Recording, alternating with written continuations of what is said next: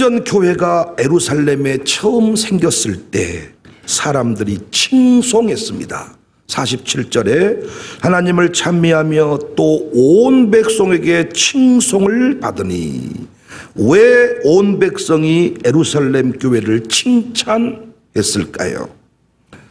다른 번역을 보면 우러러보았다. 이것을 보고 모든 사람이 그들을 우러러보게 되었다. 왜 온 백성이 그 교회를 우러러보았을까요? 그들에게 대단한 건물이 있었습니까? 당시 모인 사람들이 대단한 실력자였습니까? 그렇지 않죠. 오합지졸의 공동체였습니다. 초라한 사람들의 모임이었습니다.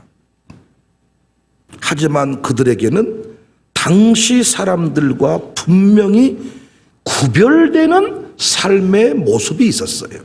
혹자는 42절 말씀을 가지고 오로지 기도하기를 힘썼다, 이 모습 때문에 이방 사람들에게 칭송을 받았나 할 수 있겠지만, 어떤 의미에서 이방 종교 가진 사람들이 더 열심히 기도하지 않던가요?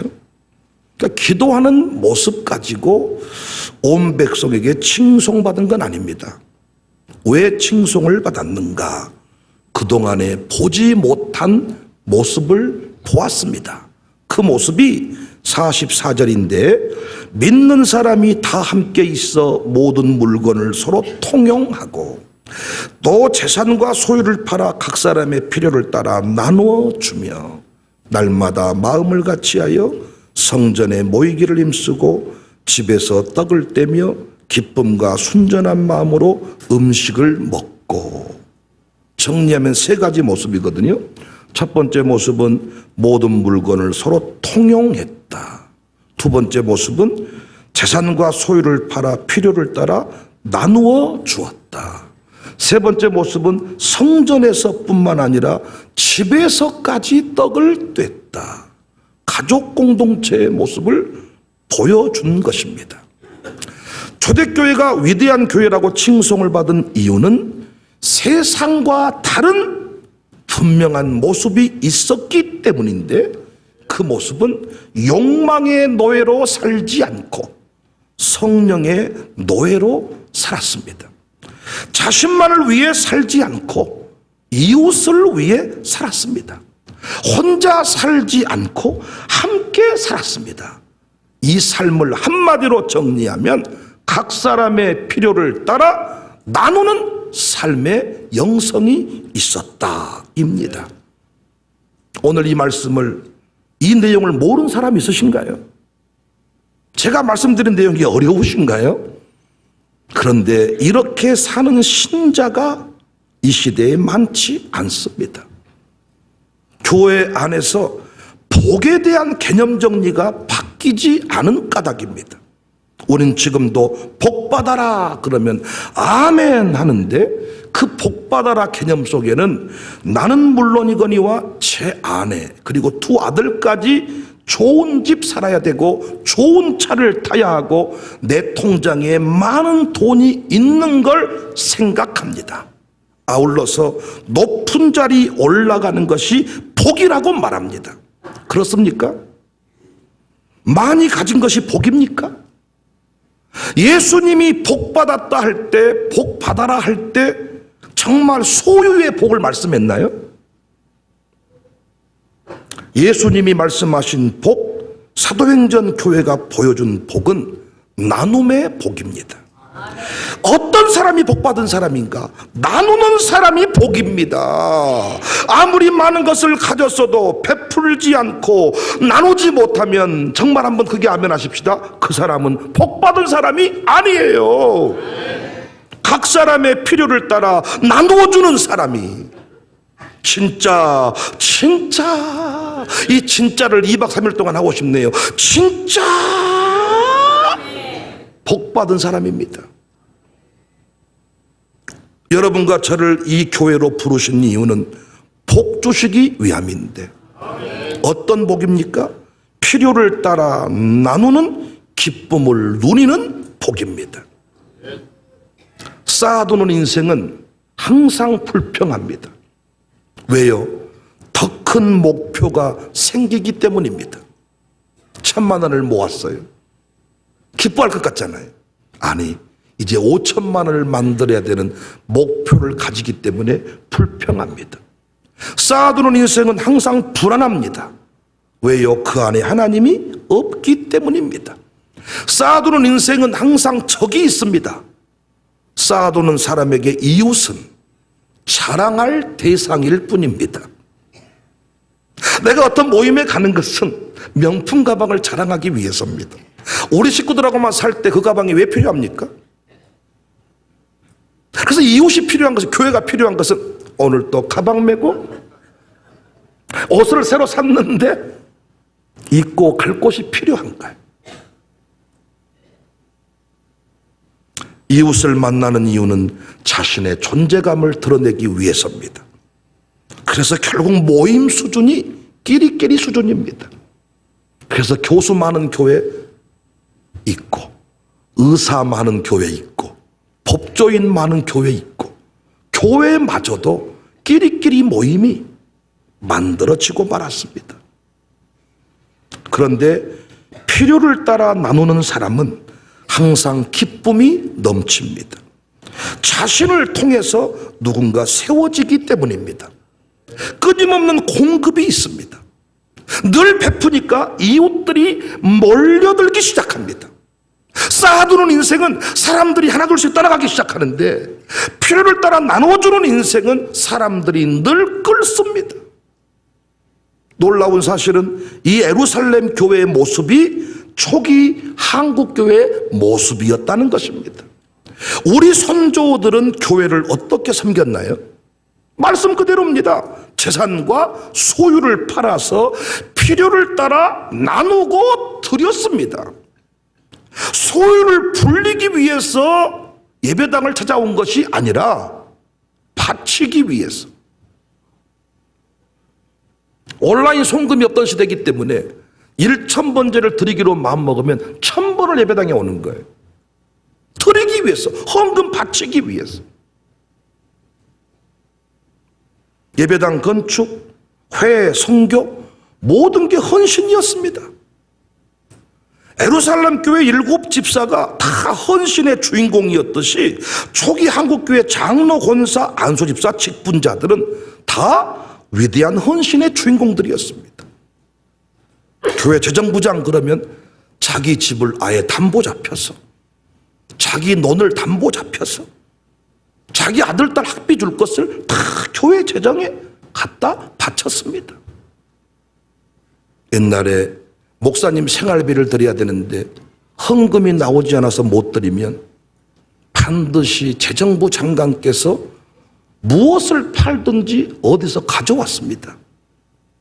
옛날의 직분자들은 다 갖다 바치는 직분자였는데 오늘날의 직분자들은 관리자입니다. 감시자입니다.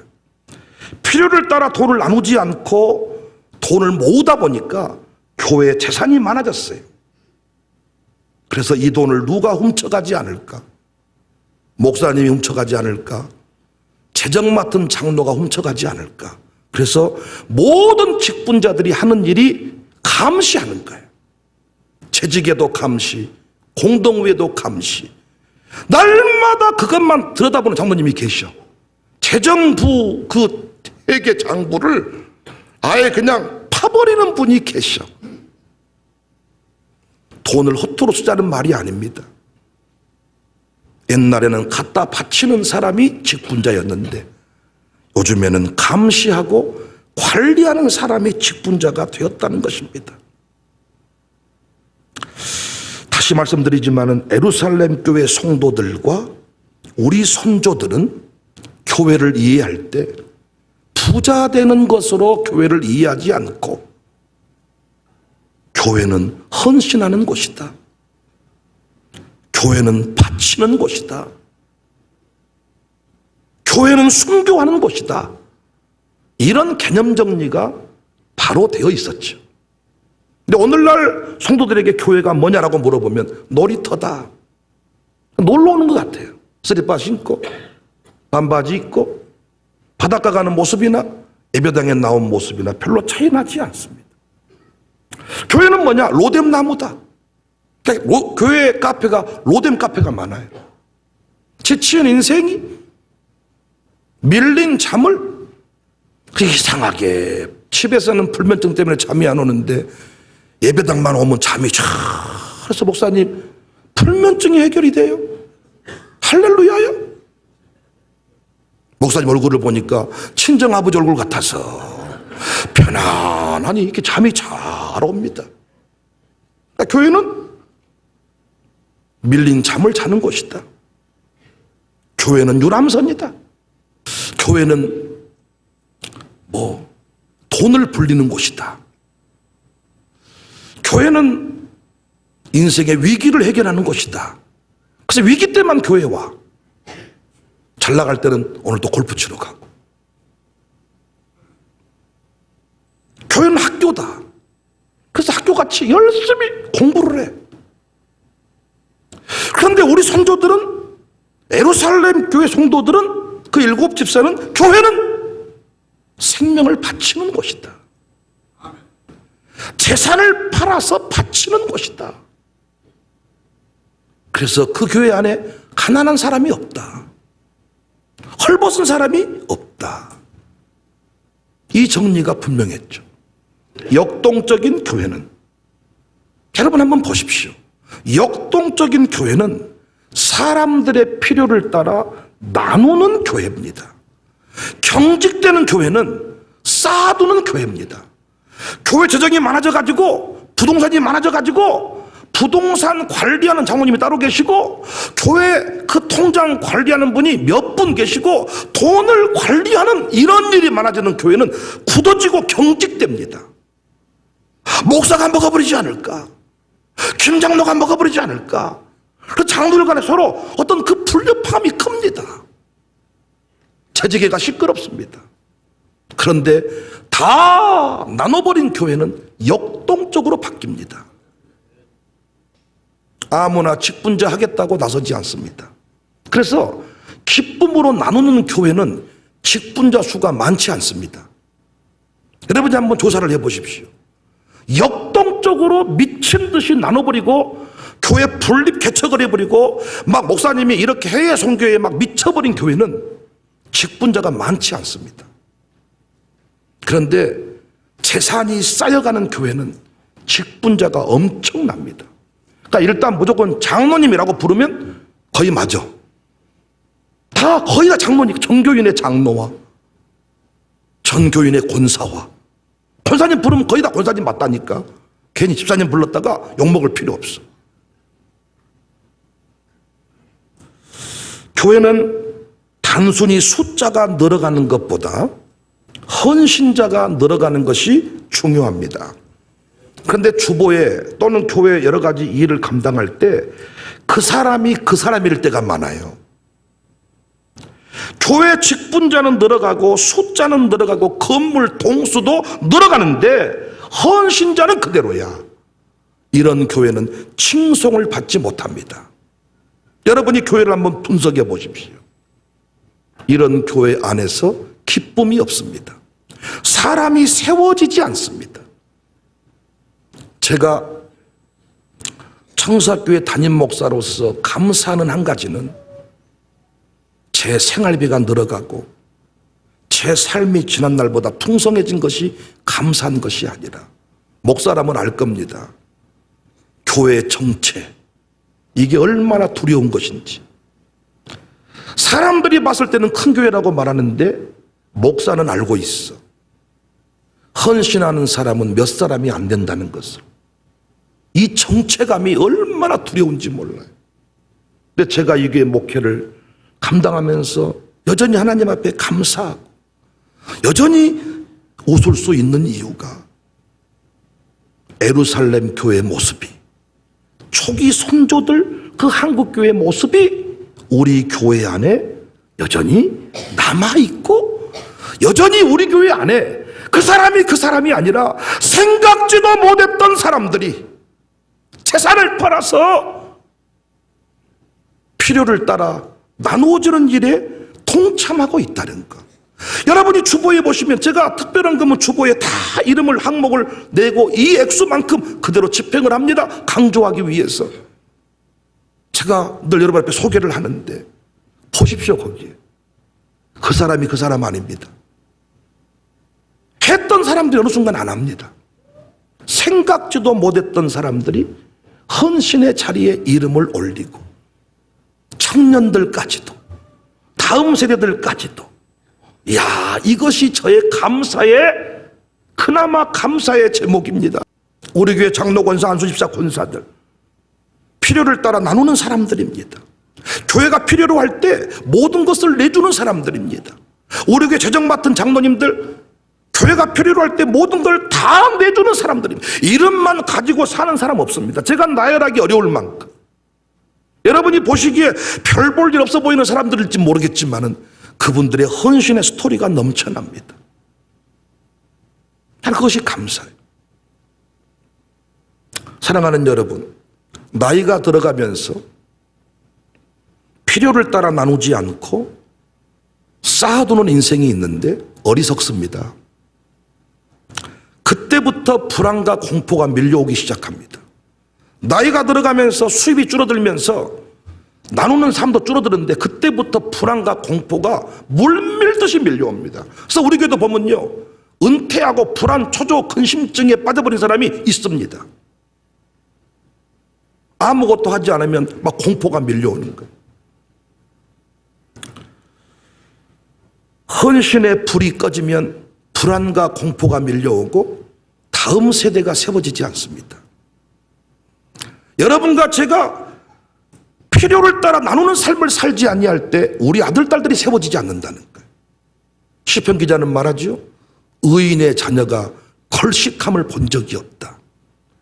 우리는 내 새끼만을 위해, 내 아들, 딸들만을 위해서 어떤 것을 남겨두려고 하지만 오히려 우리 손주들과 초대교회는 그것들을 이웃을 위해 내줄 때 내 자녀는 생각지도 못했던 방법으로 하나님이 키우신다는 것을 경험했던 자들입니다. 우리 교회는 단 한 해도 쉬지 않고 성령께서 하라고 하신 일들을 감당해 왔습니다. 저의 목회는, 우리 교회 재정은 그 필요를 채워드리는데 맞추어져 있습니다. 놀랍게 그 일을 하는 동안 성장의 성장을 경험했어요. 내 안에서 흥분시키시는 성령님이 계시는데 흥분되는 그 일을 위해서 우리는 기꺼이 인생을 내걸었습니다. 흥분되는 그 일을 할 때 하나님이 감당치 못할 은혜들을 주셨습니다. 지난주에 공문 한 장이 왔더라고요.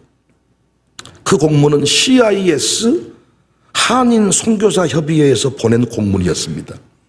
CIS는 구소련 국가들, 러시아, 우크라이나, 카자흐, 키르기즈, 우즈벡, 몽골 등 11개, 11개 국가에서 사역하는 1,500명에서 2,000명의 한인 선교사들이 모여있는 협의회. 러시아, 우크라이나가 해온 국가인데 전쟁으로 그곳에서 이 선교대회를 가질 수가 없어서 올해는 이번에는 이스라엘에서 선교대회를 하게 됐다는 거예요. 그런데 그 모임에 강사로 저를 초대를 했어요. 그 공문에. 그런데 그 강사 초대받은 이유가 무엇 때문이냐? 그 선교사 협의 회장이 우종철 선교사예요. 그분이 누구냐면 그 블라디보스톡에서 사역하는 선교사님이십니다. 외국어 대학교를 졸업하시고 참 아들과 함께 러시아에 건너가셔서 사명을 감당하신 분인데 아들도 외대를 졸업했어요. 근데 그 아들과 함께 러시아 선교를 잘 감당하기로 했는데 아들이 군대 갈 나이가 됐습니다. 군대를 안 가도 되는데 그래도 갔다 오라고 보냈답니다. 그런데 우리나라 말이 서툴고 그 오정철 선교사님 보면 진짜 착하게 생겼어요. 이렇게 아들도 착하게 생겼겠지요. 한국 사람은 착한 사람을 착하게 봐줍니까? 아니면 갈굽니까? 군대 가서 쿠타를 당해가지고 실어증이 걸렸습니다. 인생이 패배자가 돼버린 거예요. 그래서 그 아들을 붙잡고 씨름하는 그 세월이 너무 힘든 세월이 된 거야. 군대 가서 뭐 손이 잘리거나 이렇게 다치면 군대에서 어떤 그 보상을 해주는데 정신적인 이런 문제는 보상을 안 해준다는 거예요. 그 의학 뭐 상담비만 해도 어마어마하고.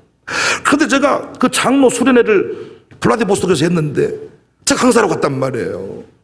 그런데 그때 이제 오늘 그 모임 끝나고 그 교회 들려서 기도해주고 지금 권사님들이 러시아에 가가지고 블라디보스토크에서 모피 지금 쇼핑하러 가는 그 타임 전에 제가 그 기도회를 인도하게 됐습니다. 저녁 집회 말고 낮 집회 때 킹크랩 먹고 나서 감동이 나오더라 제 안에. 여러분 이 선교사님이 아들 기도 제목 내놓으라 그랬더니 아들이 이 기도 제목을 내놓는 거야. 이때 여러분 모피코트 사러 가는 거 좀 미루고 우리 이 선교사님을 한번 위로합시다. 그때 우리가 센터 건축하고 있을 때인데 그 자리에서 제가 1,000만 원을 선교사님 위로 헌금으로 드릴 테니 여러분도 좀 헌금 좀 하세요. 그래가지고 몰라 헌금 액수는 모르겠지만은 이 선교사님이 그것이 평생 감동이 돼가지고 러시아 쪽에서 세미나만 나를 부르는 거야. 유럽은 우리가 어떻게 또 손에 쥐게 됐습니까? 유럽. 제가 유럽 비전 트립 갔다가 우리 박사과정 팀들하고 선교사님을 딱 보니까 감동이 돼가지고 내가 다음에 한 번 더 올게. 그리고 우리 교회들 데려가가지고 거기도 선교사님을 위해 차 한 대 일시불로 모사드리고 할부로 차를 한 대 사드렸습니다. 그랬더니 그분이 유럽에 저를 소개해가지고 프라미스 그 처치 김남수 목사님급이랑 같이 강사를 하도록 코스테 이런 강사 항상 정하면 목사님 오실 수 있겠습니까? 못 가겠다. 그러면 다른 강사. 우리만을 위해 살았다면 쌓아두는 인생을 살았다면 누가 우리 교회에 관심을 두겠습니까? 그런데 하나님이 날마다 우리 교회 필요를 따라 나누어 주어라. 선교사님이 왔다 지나가도 그냥 모른 채 하지 마라. 노인네가 쓰레기 줍고 있는 그분들을 외면치 말고 섬겨드려라. 여러분은 일 좀 그만합시다가 아니라 이번에는 노인 섬기는 일을 합시다. 이번에는 목사님 섬기는 일을 합시다. 이번에는 러시아 블라디보스토크로 가야 되겠습니다. 이번에는 이스라엘을 가야 되겠습니다. 이번에는 이분들 차를 사드려야 되겠습니다. 그때마다 여러분은 다 필요를 따라서 제사를 팔아 통장을 깨고 옥합을 깨뜨려서 여러분이 헌금들을 내어드렸습니다. 우리 교회 수술한 환자를 위해서 기도합시다. 그분을 위해 헌금 한번 합시다 할 때에도 항상 제가 생각했던 것보다 훨씬 더 많은 액수들이 나와서 그분들을 섬기게 되었습니다. 사랑하는 여러분, 부디 필요를 따라 나누는 삶을 사세요. 복의 개념을 바꾸세요. 은퇴하고 좋은 차 타고 다니고 아들 딸들도 잘 됐고 이러는데 이디야 카페에서 차 한 잔 못 사는 그분 성공한 사람 아닙니다. 복 받은 사람 아닙니다. 기꺼이 나눌 수 있는 사람이 복 받은 사람입니다. 어떤 분이 부럽냐? 나이 들어서도 멋지게 섬기는 사람이 부럽습니다. 내가 좋은 차를 타면 뭐하고 내가 좋은 것을 먹고 살면 그거 뭐 어느 정도까지 먹어야 좋은 것을 먹은답니까? 제가 보니까 이것도요, 그 어떤 순간이 지나면 최고치를 이제 먹기 시작하면 그때부터는 간단하게 먹읍시다, 편하게 먹읍시다, 적당히 먹읍시다. 그러니까 먹는 것도 이제 어느 선까지는 계속 뭔가 있는데 그다음부터는 아이고 가까운 곳에서 먹읍시다, 편한 것을 먹읍시다, 쉬운 걸 먹읍시다, 소화 잘 된 걸 먹읍시다. 그러나 베풀고 사는 삶은 제한이 없습니다. 난 여러분과 제가 꿈꾸는 삶이 이 삶입니다. 가난하게 살자는 말이 아니라 부자가 되시는데 소유의 부자가 아니라 나눔의 부자가 되자는 거. 나눔의 부자. 그 교회를 우러러봅니다. 그런 목사를 우러러봅니다. 설교 잘하는 목사는 많아요. 설교 잘하는 목사는 요즘에 인터넷 보면 엄청납니다. 그러나 소유를 팔아 나누는 목사는 많지 않습니다. 그 목사를 우러러본다는 거예요. 재정을 감시하는 장모님은 많아. 그러나 자기의 소유를 팔아서 부족한 재정을 채우는 장로님은 없어, 이 시대에. 감시는 다 한다고 장부를 뚫어지게 분석해. 그러나 부족한 액수를 채우는 장로님은 없다고. 누구를 부러워하냐? 의장, 액수가 틀렸습니다. 의장 돈이 잘못 나가고 있습니다. 이걸 말하는 사람을 부러워한 게 아니라 마룻바닥에서 행복한 사람들이 이루어야 될 삶의 목적지는 필요를 따라 나누는 삶입니다. 그래서 우리 교회 안에서 더불어 행복해지는 거예요. 청년들이 꿈은 있지만은 돈이 없잖아요. 이때 우리가 할 일은 어른들이 그들에게 뒷돈을 대주는 겁니다. 어떤 종잣돈, 말이 좀 이상합니다만은 종잣돈을 대주는 겁니다. 걸음더미가 대주는 겁니다. 누구도 가보지 못한 길을 우리가 걸어가서 온 백성이, 광산구, 우산동, 올곡동 온 백성들이 청사교회를 우러러볼 수 있기를 주님의 이름으로 축복합니다.